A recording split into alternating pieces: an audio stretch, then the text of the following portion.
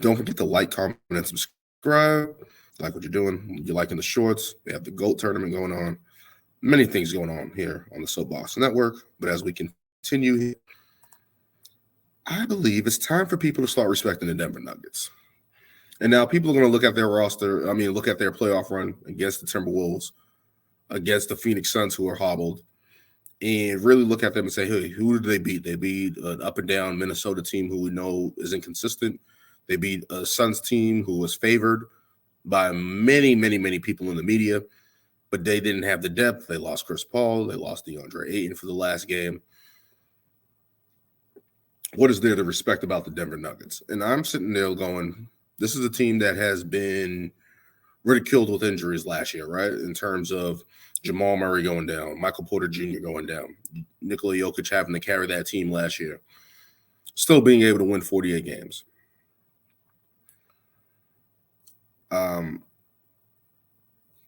They were 1 seed this year. They battled back. And I said throughout the whole season that Nikola Jokic was getting those guys ready for the postseason. Jamal Murray, Michael Porter Jr., Aaron Gordon, guys like that. Just consistently feeding them, giving them the right spots. And people kept saying he doesn't score enough. He doesn't do this enough. But what he's been doing over the course of this season, he's a good teammate. He's a leader.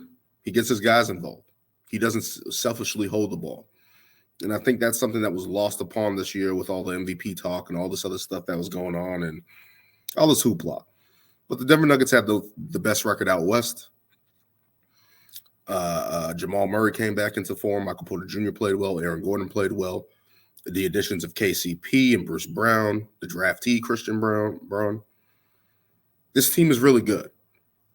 And I think Nikola Jokic should definitely deserve a lot of the credit, especially this playoffs, where he's averaging 30.7 points per game, 12.8 rebounds, and 9.8 assists. Like, this guy is a savant on the offensive side of the ball. And I've said this, and I'm like, I think he's in the conversation for greatest passers ever. I don't care what other people say. They're going to say Magic. They're going to say Jason Kidd. There's other guys of that caliber that have the success in winning with it. But what he's doing from passing the ball, I'm not saying he's the best passer ever. I'm saying he's in the conversation. He's already the best passing big man. I don't need to see Bill Walton. I don't need to see Vlade Divac. I don't need to see other people like that. No. At the center position, he already has that locked up. Now, we're looking at best passers ever. You got guys like Jason Kidd, Chris Paul, Magic Johnson, Steve Nash, other guys of that nature. He's in that caliber to me. Like, he's already there. Like, I don't need to see enough. If you watched against Phoenix, if you watched against the Minnesota Timberwolves, if you've been watching Nikola Jokic at any point in the time this year, you know he's up there. Bounce passes, lead passes, full court passes, every type of pass you think that is there, he can make it and has made it. This guy is phenomenal as a basketball player. And I think it's time people start really recognizing that and understanding what he's doing for this Denver Nuggets franchise, a team that has been in mediocrity for the most part of their careers, outside of the 80s with Alex English. They had that little resurgence with Mutombo in the 90s, upsetting the Seattle Supersonics, I believe, in 1994. The Carmelo Anthony years with George Carlin, J.R. Smith, and Chauncey Billups and those guys. Outside of that, they have been generally non-existent, right? They've been a middle-of-the-road team for the most of their franchise history. And what a player like Nikola Jokic does is give them a chance at the next level. They have put together a really, really good team, one of the best teams in the league, of course, but Jamal Murray, Michael Porter Jr., the addition of Aaron Gordon, the addition of KCP and Bruce Brown. They're putting together pieces to compete year in, year out, and that's what they've been able to do this year. You got to give kudos to these guys. Excuse me. But yes, Nikola Jokic, just phenomenal basketball player. Watch some highlights. Watch him. Go check him out. If you haven't seen him, you're going to be watching him in this playoffs. Watch him the next round, especially the next round, which I'll be getting into in a minute. Jamal Murray. I believe I said early in the season, I was like, I think they might need an upgrade from him because I wasn't sure if he was going to get back to form. And I'm glad I was wrong. Because what he's been doing this playoffs, and especially scoring the basketball, the ability to score the basketball, has been phenomenal. He has been one of the best players in the playoffs so far, really scoring the basketball as the second guy for this team. And I felt like Joker was getting these guys ready, putting them in the right positions, and Jamal Murray has showed up. 25.9 points, 6.5 assists, and 5.2 rebounds this playoffs. And he's really doing it all, but especially scoring the basketball in these first 2 rounds. And that's going to continue in the next round, I believe, going up against who I'll be talking about in a minute. But yeah, he's just really been battling back from that ACL injury, right? That happened last year, and has really just been like, yo, I'm trying to prove myself all over again when I felt like my game was already there. And he said that I think about a month ago to the TNT crew, like, yo, I don't know what else I got to do for you guys to respect my game. And I think it was just a little bit of a prideful moment. I don't think anybody disrespects his game in terms of where he is as a guard in the league, because I think there's other guys that are better than him. But he can score with those guys. He can put the ball in the bucket. He can put the ball in the basket and really do things that help his team win. So I don't think there's like a Drew Holiday type of syndrome thing here with him. It's just the ability to prove himself. Yes, they were in the Western Conference Finals a couple years ago. Now they're back.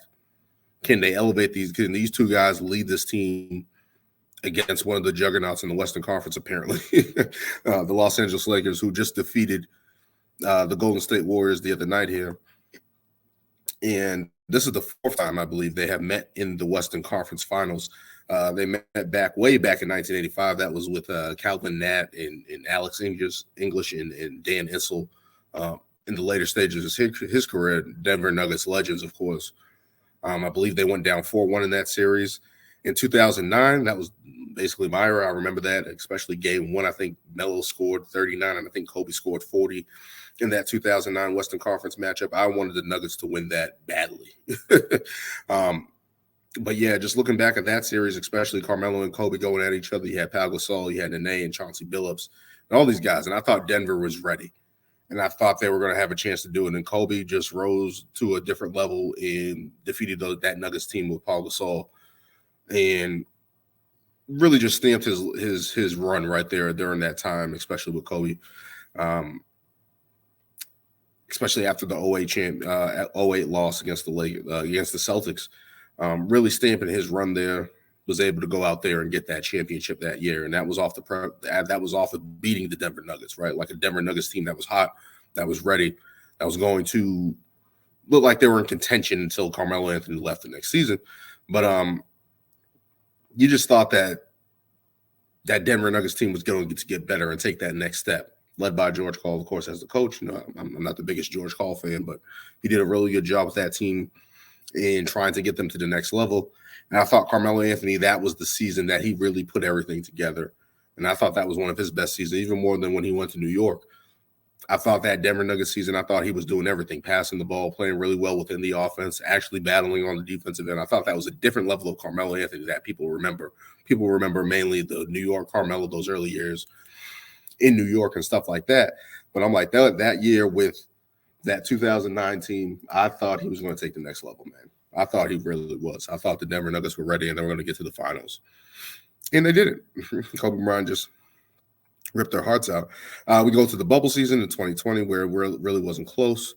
Anthony Davis and those guys, the different matchups of the Lakers and LeBron. There was nobody to guard LeBron, especially at that time. And I believe they swept them. Yeah, I believe they swept them at 1-4 or 1-5, whatever the case may be. But they meet again here. This will be the 4th time they met in the Western Conference Finals, and the Nuggets have a chance to win and go to the finals, right? And I've been picking against the Lakers. I picked against them in the first round because I thought Memphis was going to be able to speed up the pace. They weren't able to do that. I wasn't really sure to pick the Warriors in the second round because I thought the Lakers' size advantage would pay dividends, and it did. Now they meet the Denver Nuggets, right? The Denver Nuggets meet the Los Angeles Lakers. And looking at it, it's like,